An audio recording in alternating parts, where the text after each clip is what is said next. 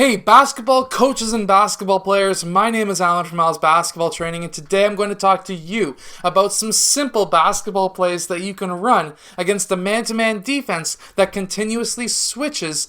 And, well, let's face it, every time you switch, that means that you're getting a new defensive player, so you can use this to your advantage.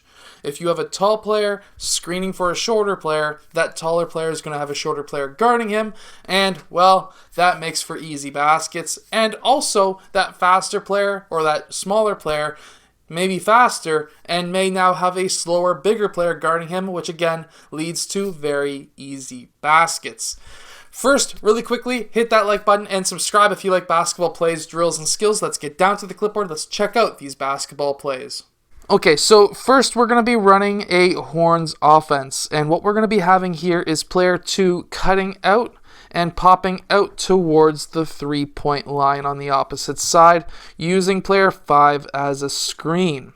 Now, if they switch here, now we have player 5 in a mismatch. If they do not switch here, then we want player 5 to pop out, and we're going to be running a screen and roll with player 4. So really quickly, if they do not switch, we're going to be having a screen and roll with player 4, and player 4 is going to have a very easy time with that basket because he is going to be a much bigger player defending or being defended by a shorter point guard. Now, going back and reversing just a bit, if they do not switch, or if they do switch over here after if player 2 uses that screen, what I want to see happen here is player 2 setting that screen for player 1, and player 3 is going to be popping out towards the opposite side, and player 4 is going to be popping out as well. Player 1 is going to be using that screen for obvious reasons. They're going to be switching because if they continue to switch, that's going to happen.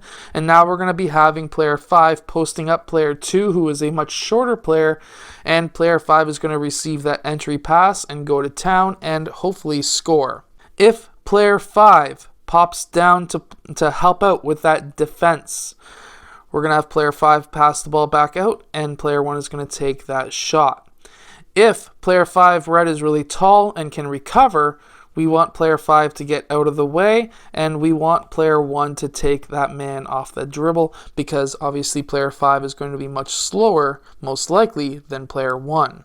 This next play is again very simple. We're going to be having a high 1-4 offense, and we're going to have player 5 set a screen for player 2. Player 2 is going to use that screen, and he's going to be cutting across the key. Of course, if he's open, he can get that layup. Definitely feed him the ball. But generally speaking, if they're a team that are switching a lot, then player 5 is going to be switching off. And now we have a mismatch. And even better, we have a mismatch. After that screen, player 5 can roll towards the basket or cut towards the basket, where player 1 can pass him the ball and go in for a very easy layup. Now, at any time, if any of these players, let's say player 5 pops back down to play help defense, player 5 could do a hammer pass out to player 2 for a 3-point shot. If player 3 red sees that and pops down to defend that shot, the extra pass will get us that 3-point shot anyways. But this initial back screen and cut is going to allow us to get a ton of points and a ton of baskets against a team that likes to switch on defense.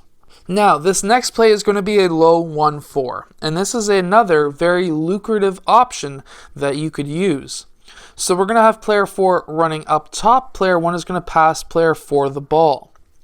Player 2 is going to then set a wall, what I like to call a wall screen. It's a double screen for player 5, and player 5 is going to be popping out onto that low block. Now, of course, if he's open, definitely hit him up with that pass for an easy layup. But also, if they're switching, one of those players is going to switch off. And if that's the case, we now still have a mismatch between our tallest player and a mediocre, if not shorter player trying to defend him in the low post. Once that screen is set and he uses it, those players are going to be popping out to give space to player 5 to take his man to school. Now, I've got one really good play coming up in 1 second, but I just want to explain personally as a coach, I would never let my players, or at least there are times where, okay, you're stuck and you can switch off, but I hate it when players switch. Just communicate and say, hey, you got a screen on the left side, fight through it. Or, hey, screen left, I'm hedging. Or, screen left, I'm drawing, or I'm back. Things like that will allow your team to defend better and not have to switch on defense.